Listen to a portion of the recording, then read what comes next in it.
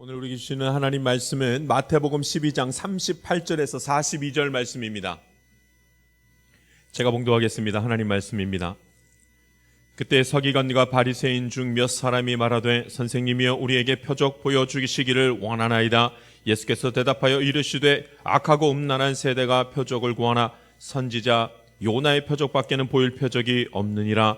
요나가 밤낮 사흘 동안 큰 물고기 뱃속에 있었던 것 같이 인자도 밤낮 사흘 동안 땅속에 있으리라. 심판때에 니느웨 사람들이 일어나 이 세대 사람을 정죄하리니 이는 그들이 요나의 전도를 듣고 회개하였음이거니와 요나보다 더 큰 이가 여기 있으며 심판때에 남방 여호왕이 일어나 이 세대 사람을 정죄하리니 이는 그가 솔로몬의 지혜로운 말을 들으려고 땅 끝에서 왔음이거니와 솔로몬보다 더 큰 이가 여기 있느니라. 아멘. 이 세상에서 가장 크시니라는 제목으로 말씀 나누겠습니다. 이 세상에서 가장 크시니라는 제목으로 주의 말씀 함께 나누겠습니다.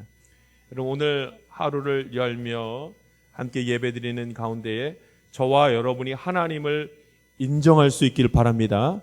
하나님 살아계십니다.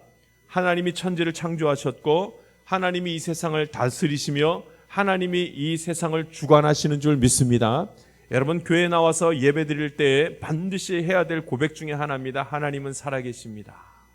이 고백을 해야 됩니다. 하나님 살아계십니다. 하나님 인정하는 거죠. 이를 믿는 것입니다. 이를 믿는 자가 구원을 받고 이를 믿는 자가 영생하는 축복을 누린다고 성경에 아주 정확하게 기록되어져 있습니다. 하나님 그렇게 말씀하시잖아요. 이 땅에서 나를 인정하는 자는 나도 그를 저 하늘나라에서 인정하리라 말씀하셨습니다. 사실은 내가 하나님을 인정하는 건 당연하죠. 하나님 완전하신 분이니까. 내가 하나님을 인정하는 것은 너무나 당연한 일입니다. 그런데 하나님이 나를 인정해 주시는 것은 굉장히 감격스러운 일입니다. 내가 하나님을 인정하는 것은 당연하지만 하나님이 나를 저 하늘나라에서 인정하시는 것은 굉장히 귀한 일입니다. 왜냐하면 나는 죄인이고 나는 이 땅 살아가면서 늘 하나님의 말씀에 불순종하고 하나님 멸시하는 시간들을 갖기 때문에 그렇습니다. 그래서 하나님이 우리를 또 자꾸 찾으시면서 하나님 찾는 자를 찾으시며 하나님 찾는 자를 통하여서 하나님께서 저 하늘나라에서 너를 인정하리라 이렇게 말씀합니다. 오늘 저와 여러분이 예배드리는 가운데 하나님 살아계십니다 인정하며 고백하는 주의 백성 되기를 간절히 바랍니다.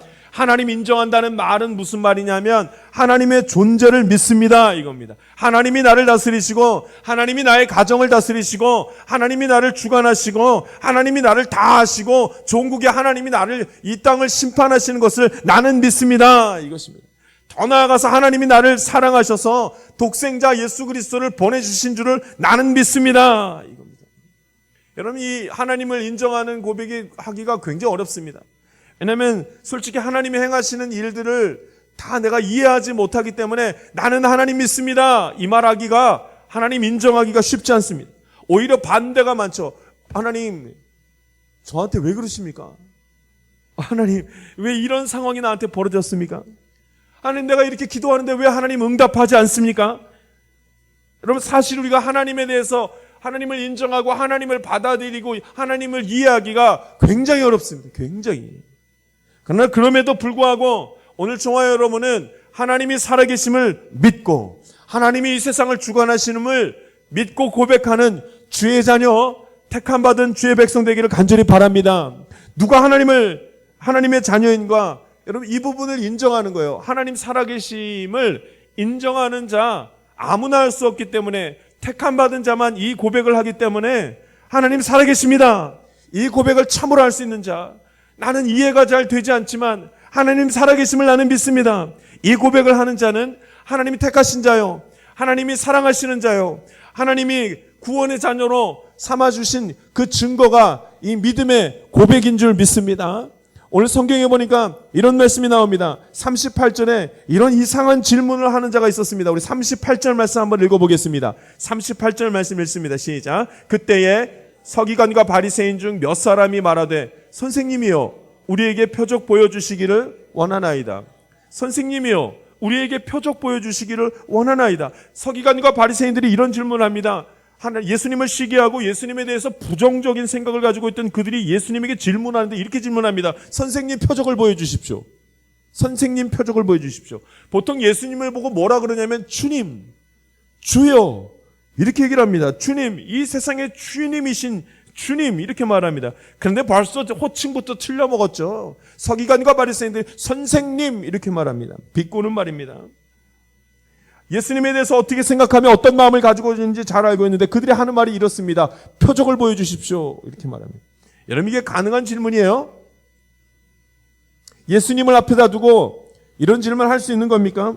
여러분 저와 여러분이 만약에 하나님을 오늘 여기서 딱 만났는데 만나자마자 하는 질문이 뭐겠습니까? 기적 보여주십시오 이렇게 하겠습니까? 내가 정말 하나님을 믿고 하나님이 신이라는 것을 믿는다면 하나님 만나자마자 하는 말이 기적을 한번 보여주십시오. 기적 베푸실 수 있는 분 맞아요? 이런 질문을 하겠냐는 겁니다. 그러면 이 질문은 의심하는 자가 하는 질문이에요. 할 수 있으면 한번 해보십시오.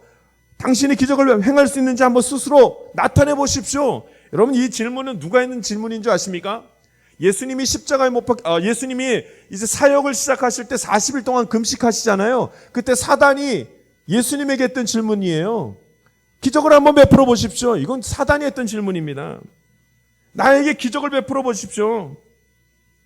하나님을 향해서 할 수 있는 질문이 아닙니다. 어떤 신에게 할 수 있으면 한번 기적 한번 베풀어 주십시오. 이 질문 어떻게 합니까? 이거 굉장히 신성모독이고 악한 마음 아니고서는 할 수가 없습니다. 여러분 정말로 하나님을 믿는 사람, 하나님을 사랑하는 자가 하나님을 만났을 때 어떤 질문을 할 것 같습니까? 기적 베풀어 주십시오. 이 고백을 할 것 같습니까? 아니요. 살려주십시오.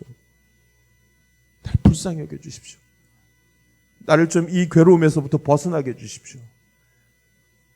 하나님 그렇게 하실 수 있는 분 아닙니까? 좀 벗어나게 해주십시오. 할렐루야. 이 고백을 하는 게 마땅합니다. 선지자 이사야가 정말로 이사야 선지자가 하나님을 만났을 때 하나님의 영으로 감동되었을 때 이 이사야가 했던 신앙의 고백이 무엇이냐면 주님 나는 죄인입니다. 나를 좀 떠나십시오. 하나님의 말씀이 내 안에 들어갔을 때 했던 고백입니다. 정말로 하나님을 만난 사람, 정말로 살아계신 하나님을 만난 사람이 하는 고백은 살려주십시오. 나를 구원해 주십시오. 할렐루야. 이 고백이 있는 것입니다. 하나님이 너무나 크신 분이고 너무나 전능하신 분임을 알기 때문에 그 하는 고백은 주님 나를 좀 살려주시고 내 집을 좀 살려주십시오. 기적 좀 베풀어 보세요. 이 질문을 할 수 없는 질문입니다. 바리새인과 서기관들이 이 질문을 합니다. 그 예수님이 책만 받을 자들 그들이 어떤 질문을 하는지를 지금 말씀하시는 거예요. 오늘 저와 여러분이 하나님을 만났다면 하나님에게 하는 고백이 기적을 좀 베풀어 주세요. 이 고백이 아니라 주님 나를 불쌍히 여겨주시고 이 죄악된 자리에서 떠나가도록 슬픔에서 끊어지도록 도와주시옵소서. 이런 신앙의 고백을 할 수 있기를 간절히 바랍니다. 여러분 욥기를 잘 아시죠? 욥의 이야기를 잘 합니다. 욥이 친구가 4명 있었습니다. 그 친구들과 함께 아주 진지한 대화를 합니다. 주제가 무엇이었냐면 고난입니다. 하나님이 살아계시다면 왜 의인에게 고난을 주십니까? 고난이 있는 걸 보니까 하나님이 없거나 혹은 하나님이 계신데도 내가 고난을 받는 것은 내가 죄인이기 때문이죠. 그런데 나는 죄인이 아닌데 어떻게 나에게 이렇게 큰 고난을 주십니까? 이게 그 욥기의 내용입니다. 그런데 이 얘기를 나누는 가운데서도 욥이 너무나 아픈 시간을 갖습니다. 너무나 고난을 많이 받습니다. 너무 아팠습니다. 주변의 사람들이 다 떠나가고 아주 망할 수 있는 모든 조건들을 다 갖추고 있었습니다. 욥이 그때 한 일이 뭔지 아십니까? 하나님 앞에 원망합니다. 하나님 뭐 이런 분이 다 있습니까? 하나님에게 따지기 시작합니다. 하나님 내가 얼마나 신앙생활 잘한 줄 아십니까? 그런데 왜 이렇게 나에게 고난을 주십니까? 내가 뭘 잘못했습니까? 하나님께 묻고 또 묻습니다. 여러분 그 와중에 하나님이 나중에 그 얘기를 다 들은 다음에 하나님이 욥에게 하신 말씀이 무엇인 줄 아십니까? 너가 나를 영화롭게 했다. 이 말합니다. 야, 여러분 이거 이해하지 못하는 말을 하나님 도대체 나한테 왜 그럽니까? 따지는 그를 향해서 하나님이 뭐라 그러시냐면 너가 나를 영화롭게 했다. 이 말입니다. 욥은 하나님께 불평했습니다. 원망하는 기도만 했습니다. 그런데 왜 하나님은 그에게 그가 나를 영화롭게 했다 이렇게 말했을까요? 왜냐하면 욥은요 원망은 했지만 누구한테 원망한 거예요? 하나님께 원망한 거예요. 하나님 살아계시는 것, 하나님이 존재하는 것, 이것은 흔들리지 않았습니다. 세상을 원망한 것이 아니라, 세상에게 원망한 것이 아니라 하나님께 원망합니다. 하나님을 비난했으나 하나님이 살아계시고 하나님만이 이 세상을 주관하시는 분이라는 그 믿음은 흔들리지 않았습니다. 할렐루야. 그러니까 그가 하나님의 존재에 대한 의심이 없었기 때문에 하나님이 뭐라 그러시냐면 너가 나를 영화롭게 했다 이렇게 말합니다. 다른 사람들 다 하는 말이 어휴 하나님이 어딨어 이렇게 말하는데 그는 고난 가운데 있어도 하나님 도대체 저한테 왜 그러십니까? 누구를 바라보고 있는 거예요? 여전히 하나님을 바라보고 있었습니다. 할렐루야.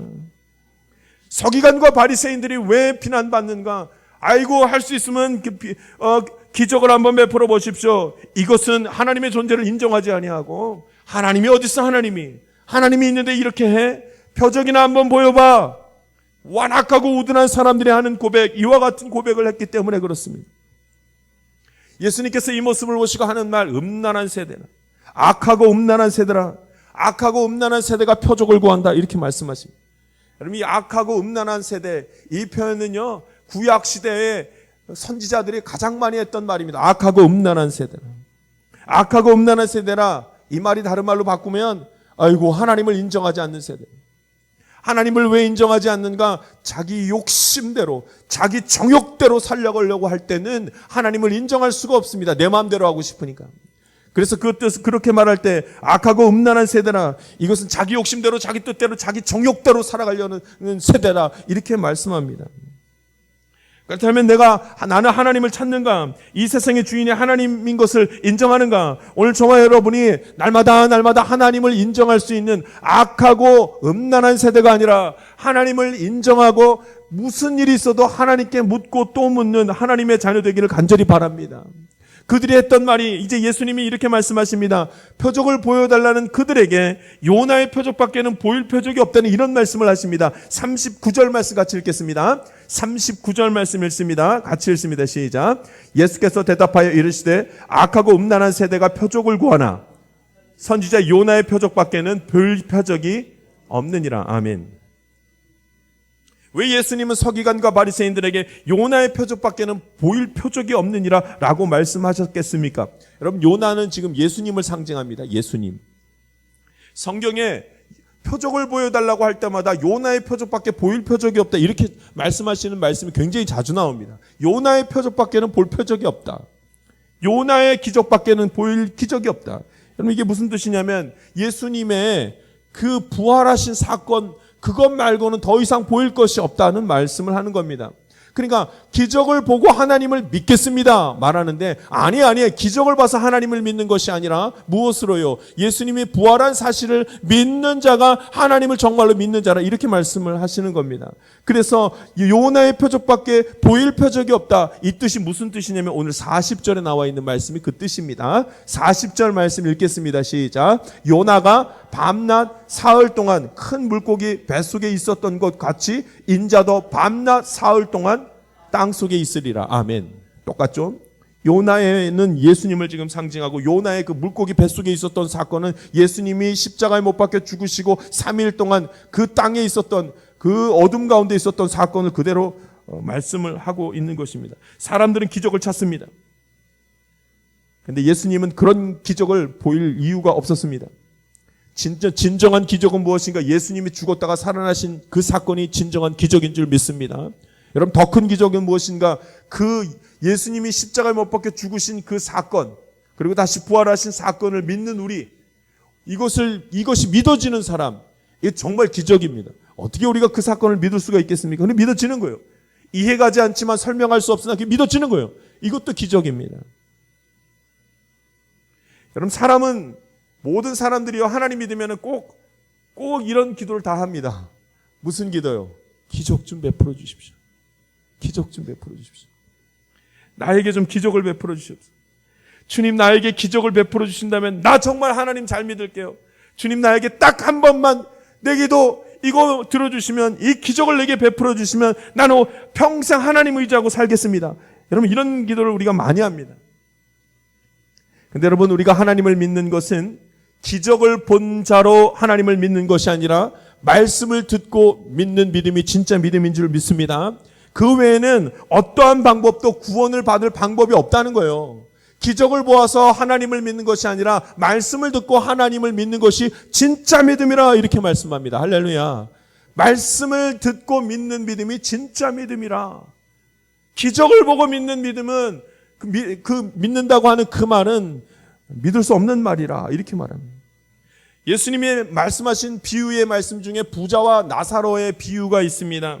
이 비유는 크게 두 가지를 의미하는 그 내용들입니다. 하나는 이 땅에서 아무리 부자로 살아간다 할지라도 하나님 믿지 않으면은 저 하늘나라의 지옥에 이른다는, 저 세상 가서 지옥에 이를 수밖에 없다. 영원한 고통에 있을 수밖에 없다.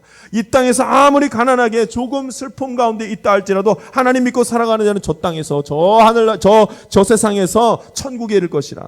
이 말씀을 하기 위해서 부자와 나사로의 비유를 드십니다. 그런데 또 한 가지 이 비유로 말씀하신 이유 중에 하나가 무엇 때문이냐면, 죽은 자가 다시 일어나서 복음을 전한다고 해도 죽은 자가 다시 살아난 기적 때문에 사람들이 하나님을 믿거나 천국과 지옥이 있을 것이라고 믿지 않을 것이라는 사실입니다.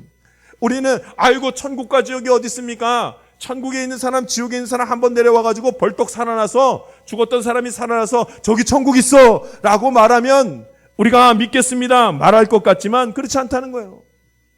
부자와 나사로 비유가 이와 같은 비유였습니다.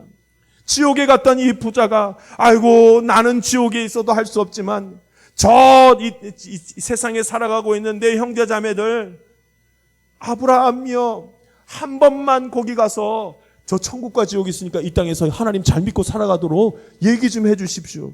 아무리 그 말을 해도 소용이 없다는 겁니다. 말씀을 듣고 믿지 아니하는 자는 어떠한 기적이 일어나도 천국과 지옥이 있고 하나님이 있는 것을 믿지 아니하리라 이렇게 말씀하십니다.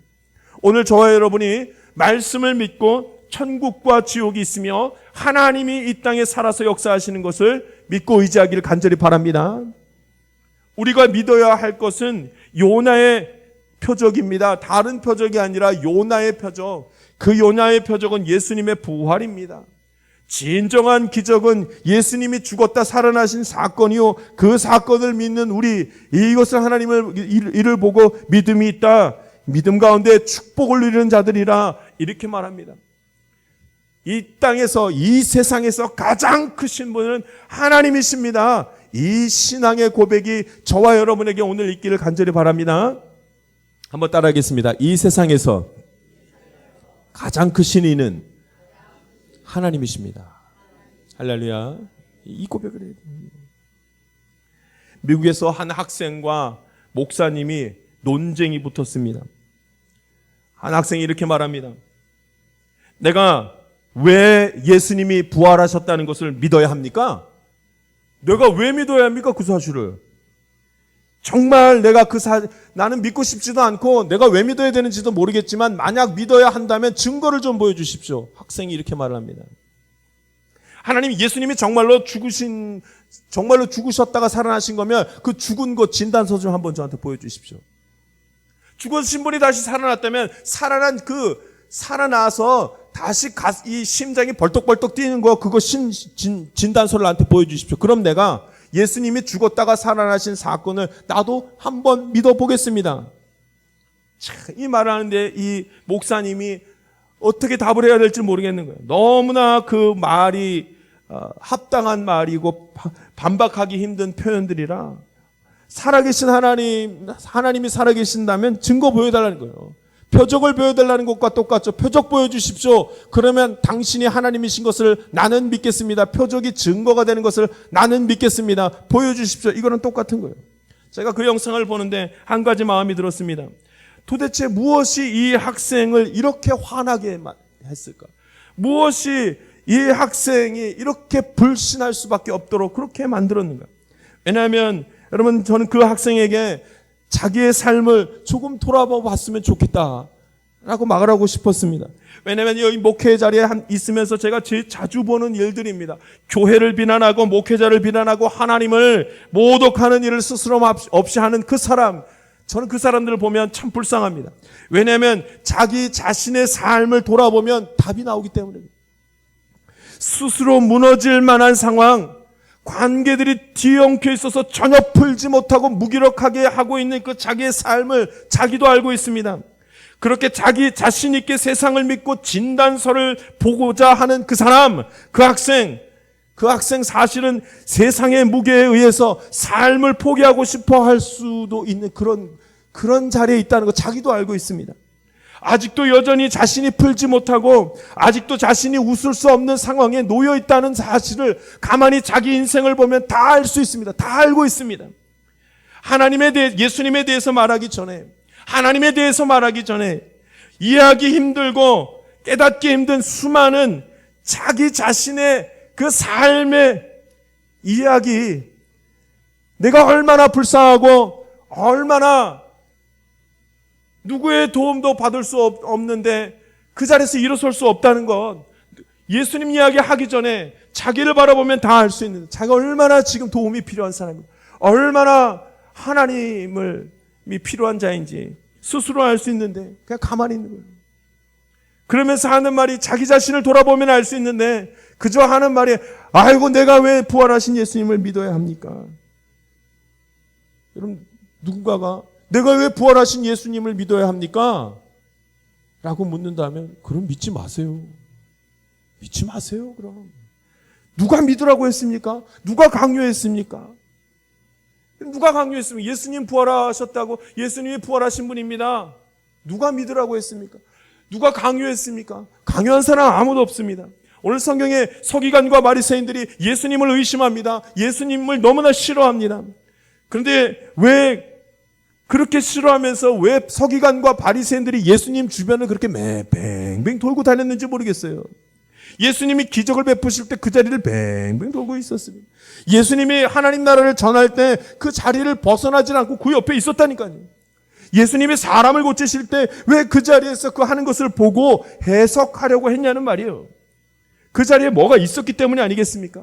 누구 하나 예수님이 그 자리에서 놀라운 일들을 행하시고 하나님 말씀 전하실 때 거기 따라와 앉으라고 말한 사람이 없습니다. 누구 하나 강제로 부활하신 예수님을 믿으라고 말한 사람이 없단 말이죠. 그런데 여러분, 이를 믿는 자는 구원을 받으리라 말씀하셨습니다. 할렐루야. 성경의 요한복음에 3장 16절 잘 아는 말씀, 하나님이 세상을 이처럼 사랑하사 독생자를 주셨으니 이는 저를 믿는 자마다 멸망하지 않고 영생을 얻게 하려 하심이라. 아멘. 이 말씀 주셨습니다. 그래서 이 말씀을 믿는 자는 영생하도록, 멸망하지 않고 영생하고 구원받는다고 말씀하셨습니다. 예수님께서 그 놀라운 일들을 행하실 때 예수님이 함께하는 그 자리에 말씀이 선포되는 그 자리에 그 말씀이 있고 말씀의 역사가 그 가운데 있었단 말이죠. 왜 예수님을 믿어야 합니까? 왜 하나님을 믿어야 합니까? 그런 자는 믿지 마십시오. 믿지 못하는 자는 불쌍한 자입니다. 그래서 그런 사람이 믿으나 믿지 않으나 사실은 변하지 않습니다. 하나님이 위대하신 분이고 하나님 전능하신 분이며 하나님이 천지를 창조하신 분이십니다. 이 사실 변하지 않습니다. 오늘 저와 여러분은 함께 고백하며 이 사실을 고백할 수 있기를 간절히 바랍니다. 하나님 살아계십니다. 하나님 위대하십니다. 하나님 전능하신 분입니다. 하나님은 천지를 창조하시고 죽은 자를 살리시며 저 천국에 이르게 하실 분은 하나님밖에 없습니다. 여러분, 이 사실을 저와 여러분이 오늘 예배드리는 가운데서 끊임없이 고백하고 의심하지 않기를 간절히 바랍니다.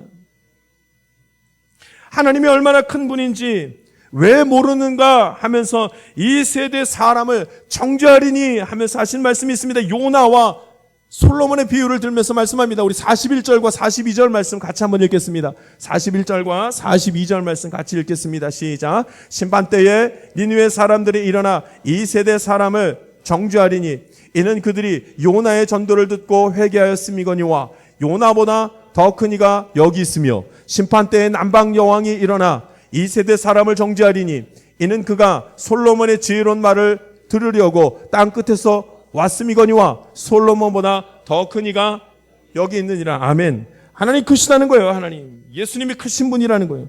예수님을 어디다 비유하는가? 요나와 솔로몬에 비유하고 있습니다. 요나가 니느웨에 가서 복음을 전했더니 그 악한 사람들, 니느웨 사람들이 전부 다 회개하고 돌아섰다는 거예요. 그러나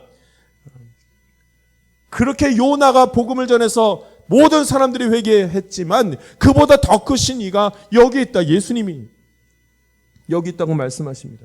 솔로몬이 이 땅에서 가장 지혜로운 자라고 말합니다. 그러나 예수님은 솔로몬보다 더 지혜로운 분이라 이렇게 말씀하고 있습니다.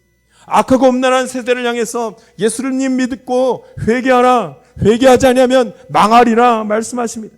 예수님이 얼마나 지혜로운 분인지 말씀하며 예수님을 믿는 자가 생명의 길로 인도함을 받으리라. 그분은 지혜로운 자라 생명의 길로 인도하리라 말씀하셨습니다.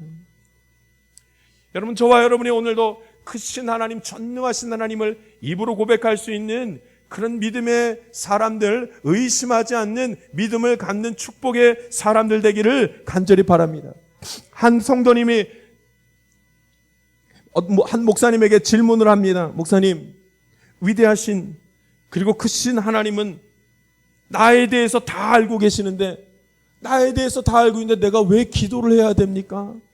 기도하지 않아도 하나님은 나의 필요를 다 아시는데, 하나님 앞에 하나님이 다 알고 계시는데 내가 무엇하러 기도합니까?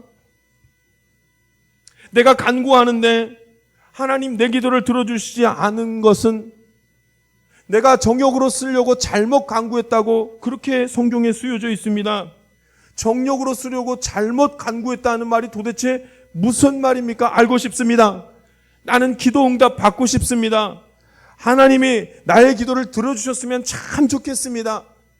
어떻게 하면 되겠습니까? 이렇게 한 성도님이 질문을 합니다. 아마 그 성도님은 하나님을 정말로 사랑하는 자요, 하나님을 잘 믿고 싶은 사람인 것이 분명합니다. 그런데 한 가지 문제는 기도에 대한 정의는 잘 알지 못하는 것 같습니다. 아직 믿음이 성숙하지 못해서 기도가 무엇인지를 잘 이해하지 못한 것이 분명합니다. 기도는 응답받기 위해서 하는 것이 아닙니다. 나는 하나님께 간구하고 하나님은 나에게 나의 간구에 응답하시고 이것을 하기 위해서 기도가 있는 것이 아니라는 사실입니다. 기도의 형식은 간구의 형식이 맞습니다. 그렇지만 기도를 통해서 우리가 알아야 될 것은 하나님과의 관계입니다. 응답받고 간구하고 그 자체가 중요한 것이 아니라 응답과 간구를 통해서 무슨 일이 벌어지는가, 하나님과의 관계가 깊어지고 하나님과 친밀해지는 것, 그것을 하기 위해서 기도를 하는 것입니다. 할렐루야. 크신 하나님, 그 하나님을 알기가 너무 어렵습니다. 그런데 무엇만이 그 크신 하나님을 이해하고 받아들이게 되는가? 기도입니다. 그래서 기도합니다. 하나님을 만날 때 회개하게 하시고 하나님을 인정하게 하는 시간들을 그렇게 갖게 합니다. 언제요? 기도할 때요. 그래서 기도를 하는 겁니다. 너무 크신 분, 너무 위대하신 분, 그 지혜로움을 따라갈 수도 없고 알 수도 없는데 우리가 기도할 때 하나님과 친밀한 시간들을 갖게 됩니다. 응답받는 것만을 얘기하는 것이 아닙니다. 오늘 성경에는 오늘 이 말씀, 표적을 배워달라는 이 말씀은 사실 12장 처음부터 나와서 쭉 흐르는 큰 내용이 한 가지 있습니다. 예수님이 안식일에 손 마른 자를 고치시는 일이 행하셨습니다. 그때 바리새인과 서기관들이 이 모습을 보고 그걸 이해하지 못합니다. 이 귀한 줄도 모릅니다. 하나님이 인정하지 않습니다. 한 번 더 이 사건이 일어납니다. 귀신의 몸에, 사람의 몸에 귀신이 들어간 이것을 보고 귀신이 귀신을 쫓아냈다고 하면 이 잘못 이해한 그런 말들을 막 합니다. 여러분, 손 마른 자가 나음을 입고 그 귀신이 말 한마디에 떠나가는 그것은 기적입니다. 이 기적을 보고도 그들은 예수님이 하나님의 아들인 것을 인정하지 못합니다. 여러분, 사람은 기적을 본다고 해서 하나님을 인정하거나 사람은 기적을 본다고 해서 예수님이 구원자라는 사실을 믿고 고백하지 않습니다.